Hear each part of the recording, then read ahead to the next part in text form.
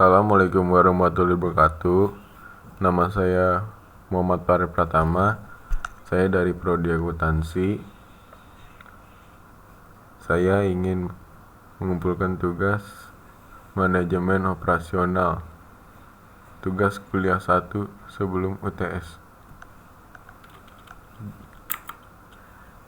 Mengenal metode peramalan forecasting dalam dunia industri. Peramalan merupakan bagian awal dari suatu proses pengambilan suatu keputusan. Sebelum melakukan peramalan, harus diketahui terlebih dahulu apa sebenarnya persoalan dalam pengambilan keputusan itu. Karena suatu keputusan itu berpengaruh terhadap keadaan masa depan yang penuh dengan resiko dan ketidakpastian.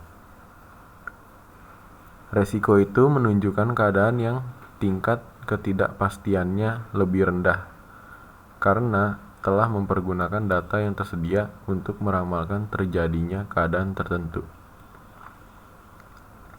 Sedangkan ketidakpastian menunjuk ada suatu keadaan yang benar-benar tidak ada data yang dapat dipergunakan untuk memprediksi atau meramalkan terjadinya peristiwa tertentu. Meskipun perusahaan tidak dapat membuat peramalan yang sama presisi dengan kenyataan, namun peramalan sangat penting sebagai pedoman dalam membuat rencana. Ada dua metode peramalan. Metode top-down forecasting.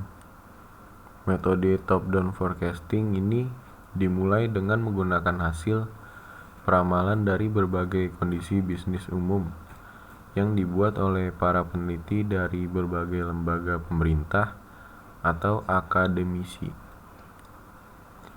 Peramalan seperti ini secara rutin diterbitkan di kalangan pemerintah atau swasta.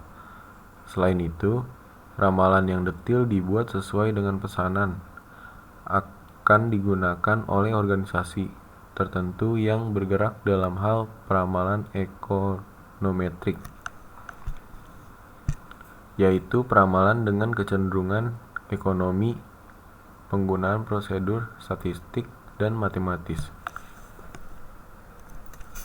Misalnya, para peneliti mengatakan bahwa produk nasional bruto untuk tahun mendatang adalah sebesar 100 triliun rupiah. Bagi perusahaan elektronik seperti mesin cuci, lemari es, dan sebagainya, akan timbul pertanyaan, bagaimana hal tersebut dapat mempengaruhi bisnis? Hal yang pertama kali dilakukan oleh peramal dalam perusahaan adalah menerjemahkan peramalan umum ke dalam peramalan bisnis dalam industrinya untuk waktu mendatang. Kemudian juga harus memperkirakan market share serta berapa banyak produk yang dapat dijual setiap bulannya. Pada umumnya, peramalan digunakan dengan metode peramalan ekstrinsik.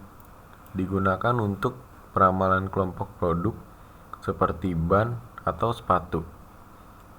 Metode ini menganggap bahwa di waktu yang lalu ada berbagai hubungan antara penjualan barang dengan faktor eksternal, seperti tingkat pendapatan atau pertumbuhan penduduk.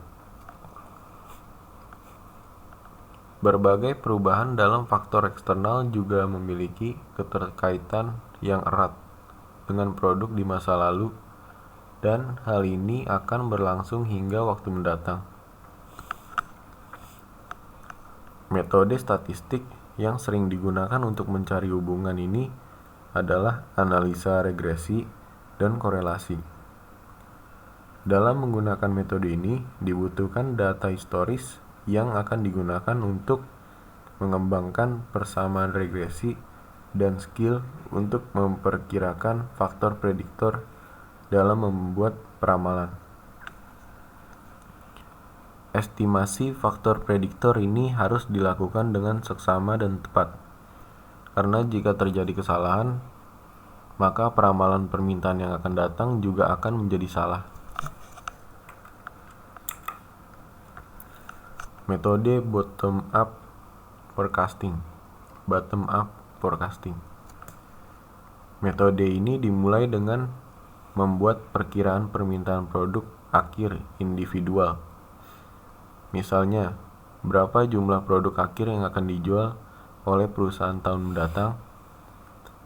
Para peramal akan menerima berbagai estimasi dari bagian penjualan, distributor, dan pelanggan serta menganalisa pola penjualan di waktu sebelumnya.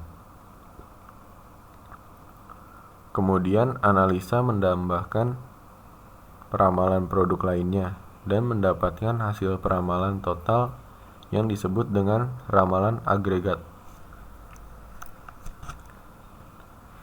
Namun, dalam kenyataannya, banyak perusahaan yang menerapkan kedua metode tersebut secara bersamaan dan menggabungkan kedua hasil proyeksinya menjadi ramalan tunggal. Sebelum ramalan akhir ditetapkan, perusahaan juga menggunakan pendekatan dengan metode Delphi untuk membenarkan berbagai pertimbangan tertentu hasil peramalan yang ditentukan secara teknis.